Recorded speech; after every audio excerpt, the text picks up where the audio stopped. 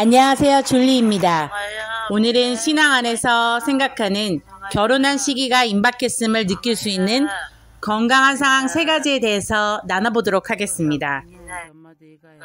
고등학교를 졸업한 후의 성인은 육체적으로는 성숙해 보이지만 이성을 판단하는 기준도 상황이나 사람을 판단하는 능력도 아직은 미숙한 성인입니다. 매우 직관적이고 직설적, 충동적이기 쉬운 나이이죠. 한마디로 사랑을 할 때도 감성과 감정에 열중하는 불같은 로미오와 줄리엣 같은 사랑을 하기 쉽습니다. 열정적 불같은 사랑이 도대체 뭐가 문제일까요? 연애로 끝나면 오케이. 하지만 자격이나 준비, 검증 없이 결혼으로 가면 무면의 사람들이 인생이란 고속도로로 뛰어들어 질주하는 것과 같기 때문입니다. 사람을 치료하는 것, 사람의 머리를 만지는 것, 사람을 교육하는 것 등은 자격증이 필요하지만 이상하게 결혼만큼은 자격증 없이 누구나 준비나 교육 없어도 할 수 있기 때문에 위험 부담은 너무나 큽니다. 너무 어린 20대 초반보다는 최소 고등학교나 2년제를 나오고 내가 어떤 일을 하고 먹고 살 수 있는지 경제적 생활을 하는 능력과 부모님께 기대지 않고 앞가림을 할 수 있는 정신적, 영적인 상태여야겠죠? 미국 사람들은 독립적이면서 주체적인 결정을 하고 행동에 책임을 질 수 있는 당당하고 자신감 있는 사람을 좋아합니다. 연애할 땐 뭐든 오케이 하겠지만 결혼하면 다시 원래 성격으로 돌아온다는 것을 꼭 잊지 마세요. 고린도 13장에서 말하는 사랑의 성품과 성령의 열매 12가지, 사랑, 희락, 화평, 오래 참음, 자비, 양선, 충성, 온유, 절제, 겸손, 양선, 지혜를 품으면 품을수록 결혼 입학 교육의 입문 소양을 갖추는 듯합니다. 이런 성품을 잘 갖춘 사람과 싸우거나 등 돌리는 일은 쉽지 않겠죠? 결혼은 결국 인간관계입니다. 학교, 동아리, 직장, 교회, 각종 활동에서 관계를 잘하고 사랑과 인내, 관용과 유함이 있는 사람이 결국 잘하죠. 경제적으로 앞가림을 할 수 있는 상황, 또 좋은 성품으로 어떤 것이 준비되어야 결혼에 임박했음을 알 수 있을까요? 다음은 이성을 바라보는 태도입니다. 결혼할 때쯤 보는 눈이 바뀝니다. 대학교 4학년 때 휴학을 하고 새벽 6시부터 아르바이트와 과외한 돈을 모아 그리스 아테네로 4개월 동안 기초 영어를 가르치며 바퍼 난민 단기 선교를 갔었는데요. 그때 선교사님의 밤낮 없는 사역으로 아버지의 뒷모습을 보게 되었습니다. 또 직장 생활을 하며 모든 직장인, 부모님, 평생 경제적 책임을 지는 남자들에 대한 안쓰러움과 존경심이 생기기 시작했습니다. 어릴 땐 누구나 영원할 것 같은 젊음과 인기에 오만방자하던 시절이 있었을 것입니다.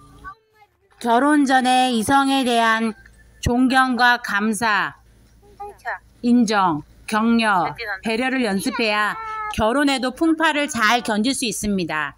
존경과 감사는 결혼 생활에서 가장이 사회에서 잘 살아가게 하는 발판이 되어줍니다. 또 남자의 권위에 인정과 감사, 격려와 존경심을 표현하는 것은 생명이며 100점 만점의 사랑 점수에서 97점을 획득한 것과 다름이 없습니다. 결혼 관계에서도 승자가 되면서도 또 윈윈하는 방법이죠. 권위에 대한 인정과 감사, 격려와 존경? 물론 반감이 있으신 분들도 있겠지만 군대, 직장, 정치세계 등 남자들 다수가 있는 곳에서는 이런 것들이 당연합니다. 그냥 신이 만든 남성의 특성을 잘 존중해주면 됩니다.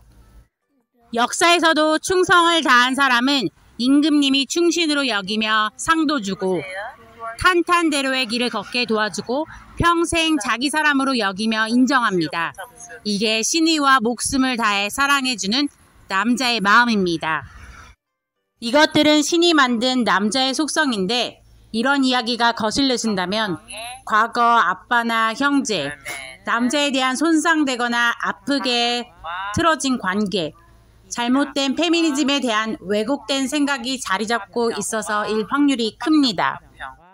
그리고 대부분의 남자의 속성과 특징이 싫으신 분들은 초식남을 만나서 내가 리드하고 책임지며 살아가면 되겠지만 성경적인 세계관과 자연의 섭리와는 반대로 살아가고 있다고 생각하시면 됩니다.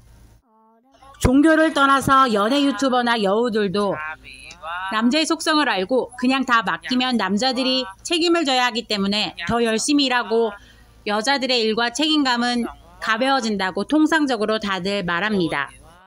마지막으로 결혼이 가까웠음을 느끼는 신호는 조카나 친구아기, 주일학교 학생이나 자신이 담당한 학생들 등 아이들을 보면 참 사랑스럽고 낳고 기르고 싶은 마음이 자연스레 찾아옵니다.